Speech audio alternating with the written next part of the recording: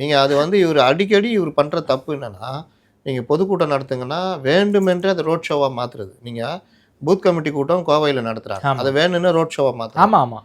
மதுரைக்கு ஷூட்டிங் போறாரு, வேண்டுமென்று ரோட் ஷோவை மாற்ற ட்ரை பண்றான். அதுவும் பிரச்சார வாகனத்தில் போறாரு சார். பிரச்சார வாகனத்தில் போறாரு. ஷூட்டிங் போறாருன்னா கார்ல போகணும். எதுக்கு பிரச்சார வாகனத்தில் போறீங்க? ஏன் பேட்டி கொடுக்குறேன்? வாழ்நாளில் பேட்டி கொடுத்தியா?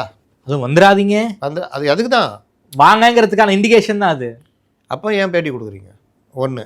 அதே மாதிரி திருச்சி அரியலூர் கூட்டம் காலையிலேருந்து 3-4 மணி நேரமாக நீங்கள் இது இப்படி தான் வரீங்களே தவிர அங்கே வந்து பேசுறதுல ஒன்றுமே இல்லை. அப்போ உங்களுக்கு பேச வரலன்றதை ஒன்றை வச்சுக்கிட்டு நீங்கள் எல்லாரும் சேர்ந்துட்டு இந்த ரோட் ஷோவை தான் மாற்ற பார்க்குறீங்க. அதில் தான் லாஸ்ட்டில் கரூரில் வந்து விடிஞ்சது.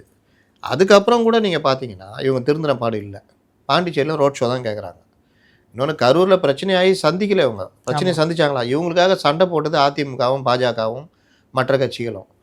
இவர்களுக்காக இது வரைக்கும் சண்டை போடல. முதலமைச்சர் சட்டசபையில் இவங்க மேலே குற்றச்சாட்டு வைக்கிறாரு.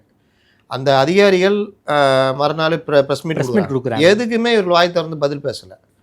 இன்னொருத்தர் வாய் திறந்தா ஜெங்ஸி புரட்சின்றாரு. புரட்சின்னா என்னன்னு தெரியுமா அவருக்கு? புரட்சின்றது ஒவ்வொரு காலகட்டத்திலையும் மாறுபடும். இந்த காலகட்டத்தில் வந்து புரட்சின்னா என்னன்னு தெரியாமல் அவர் எனக்கு என்னன்னு பேசுகிறார்.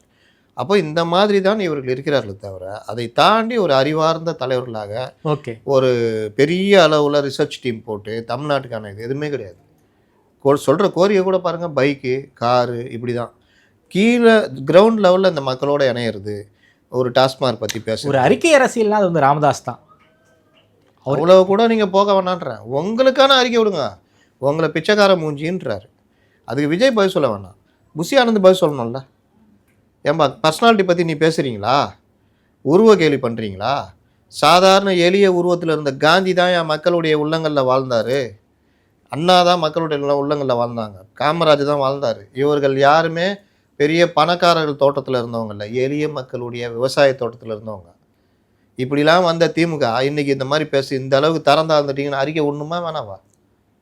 பண்ணாங்களா? உங்களுக்கு தெரியலனா கூட யார்ட்டையாவது வாங்கி விடலாம்ல.